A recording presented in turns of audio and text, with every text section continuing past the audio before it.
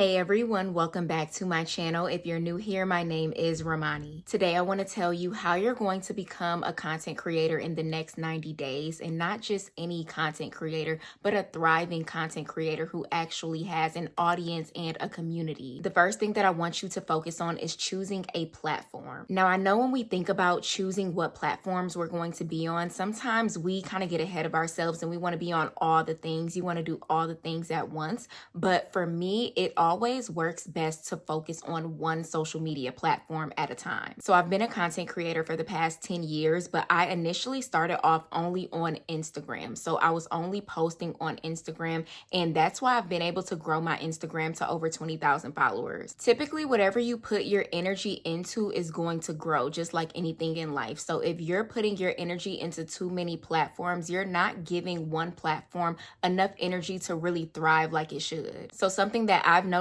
is that when I give my time and my effort and my energy into one platform, that is typically the platform that grows. And that's not saying that you can never expand into other platforms, because I started on Instagram, but as you can see, I'm on YouTube and I'm also on TikTok for my different businesses. So I'm definitely on all the platforms, but I'm not always on them at the same time. So just take this time to really think about the platform that you truly want to master before expanding, whether that be Instagram, Pinterest, TikTok, YouTube. Your next step after picking a platform is defining your content pillars or your content tiers. So these are just the things that you feel passionate enough to make content about. Typically, the average creator has about 3 to 5 content pillars, but it's really up to you. You don't have to have 3, you can just have 1. If you have 1, it's going to be considered niching down. But in today's day and age, a lot of creators don't want to niche down because they don't want to be put into a box. So that's really up to you. If you know that you have one topic that you can consistently create content about, maybe you are a chef and you want to create cooking content,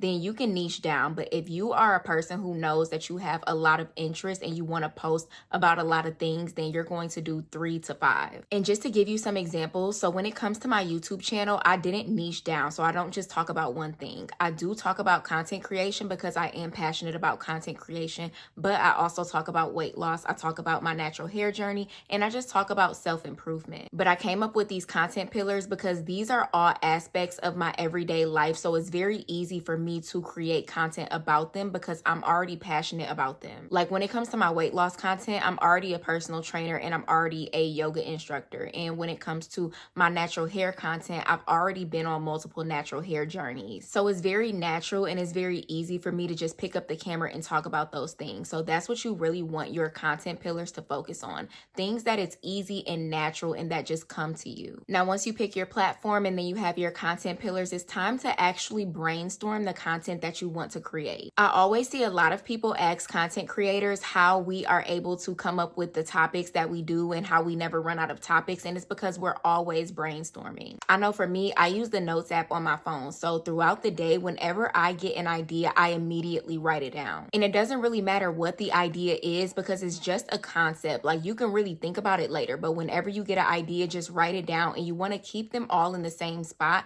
just so that when you're ready to create content, you can go back and look at it. But you want to have a lot of ideas because you are going to be a content creator and you want to be consistent with the content, and it really shouldn't be hard for you to come up with content ideas if you have those 3 to 5 content pillars that you're passionate about. But if you do have those days where you're feeling a little uninspired, unmotivated, and you can't really think about what content you want to create, you can always use the internet. If you've never heard of ChatGPT, it's an AI website that you can just like type in any question and it's going to give you a response. So if you really are just like feeling like, I don't know what I want to talk about when it comes to my content, you can just type in your content pillar on ChatGPT and it's completely free. So let's say one of your content pillars is cooking and you don't have any ideas. You can always go on ChatGPT, like what are some YouTube videos that I can make about cooking? But you honestly want to be even more specific than that, because the more specific you are, the better the results are going to be. So that's just a really good way to generate ideas if you're stuck. But typically, if you're just going throughout your day, whatever you see in your everyday life, you're going to start getting ideas and you can just write that down in your notes app. All right, now it's time for you to actually create the content. Now, for me personally, batch creating content is always going to be top tier. Now, if you've never heard of batch creating, it's just when you sit down and you record multiple videos in one session. So an example of that would be me sitting down and recording this video about content, and then after this video, I'm going to record a video video about weight loss, and then after that video, I record a video about natural hair, and now I have 3 videos to post. This is really helpful if you don't want to pull out your camera or your phone all the time to record and you just want to have videos in the bulk. And I also recommend creating binge-worthy content. Now, when I say binge-worthy, I mean you want to create content that people constantly come back for. And the way to do that is to create multiple videos about those 3 to 5 content pillars. So you don't just want to make one video and never talk about that thing again, because if that video goes viral and people start to follow you for that thing, they're going to want to see that thing again. And what personally helps me out, and I'm specifically talking about YouTube when I say this, is to create playlists. So I have a playlist for all of my content pillars. I have a content creation playlist, I have a weight loss playlist, I have a natural hair journey playlist. And what this does is it gives your audience an opportunity to binge watch your content. So if you like this content that I'm talking about, content in this content, then I have a content creation playlist that I'm going to link down below, and then you can watch more videos. So you always want to make sure that for every content pillar, you have at least 3 to 5 videos, and you're going to get those videos by batch creating the content. So it's not like you have to film yourself every single day. You're going to sit down, you're going to film multiple videos, and then you can be consistent. And speaking of consistency, you want to be consistent as a content creator. You don't want to post one day and then not post again for another 6 months, especially because you're trying to become a content creator in the next 90 days. Now, consistency doesn't necessarily mean that you have to post every single day, but you should have yourself on a regimen that you can follow. And that can be 1 time a week, that can be 2 times a week, that could be 3 times a week. But really put yourself on a schedule that you know that you can stick to. All right, now that we have the logistics out the way, I do have some other tips for you. When people think about becoming content creators and about growing their platforms, they tend to think about their audience as just a follower count. And I don't want you to be that person. Don't be that person that's only focused on followers. I want you to remember that your audience is human beings. The audience that you gain from creating your content are people who are invested in you. So you really want to treat your community like an actual community. And a simple way to do that is just by responding to all of your comments. I try to respond to every single comment that I get, whether it's on Instagram, on YouTube, or on TikTok, because people take time out of their day to comment on your post. And they comment on it because they can resonate with it and they can relate to it. I just want you to focus on relationship building rather than growing a platform. And another tip I have is to just be yourself. A lot of people get on the internet and they try to be something that they're not. You don't have to be perfect. Your life doesn't have to be perfect. Just show your journey and be who you're gonna be. When you got to keep up a facade of something that's not you, this content creation journey is going to be hard because it's not going to come natural to you. So don't try to change anything about yourself to try to gain an audience, because the people that are for you are going to be for you. And I always think about like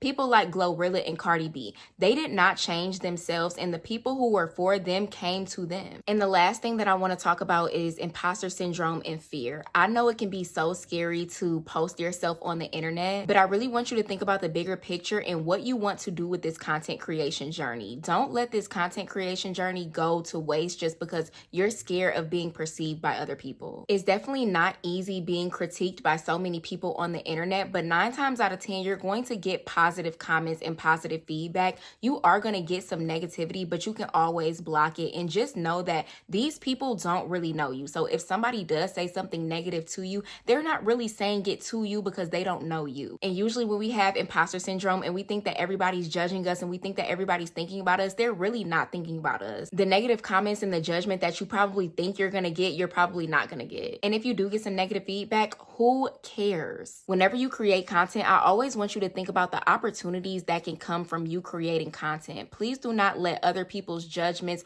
or your own fears hold you back from the opportunities that you could get. Yes, it's scary, but when content creation starts paying off and you start making money from it, it's not scary no more, because then it's a paycheck. All right, I'm going to look down so we can recap the steps that I gave you before. So you're going to establish a platform, define your content pillars. You're going to create an idea list, batch create your content, develop a schedule, and then you want to engage with your audience, be authentic, and do not let fear hold you back. Do not let imposter syndrome hold you back. Really see the creator that you could be in your head. Don't look at who you are today. Look at who you could be. I really hope that this video was helpful. And if you want to go more in depth with growing growing your social media platforms, I'm going to link my ebook down below. Now, this is not just any ebook. It's like 80 pages. Like, I really took time. It took me a few months to create this, and I've been getting a lot of positive feedback. So I'm going to leave that down below, and you can grow all of your social media platforms with it. And I'm also going to leave my content creation playlist down below so you can binge watch some more content. Thank you so much for watching. I'm wishing you so much luck on your content creation journey, and I will see you in my next video.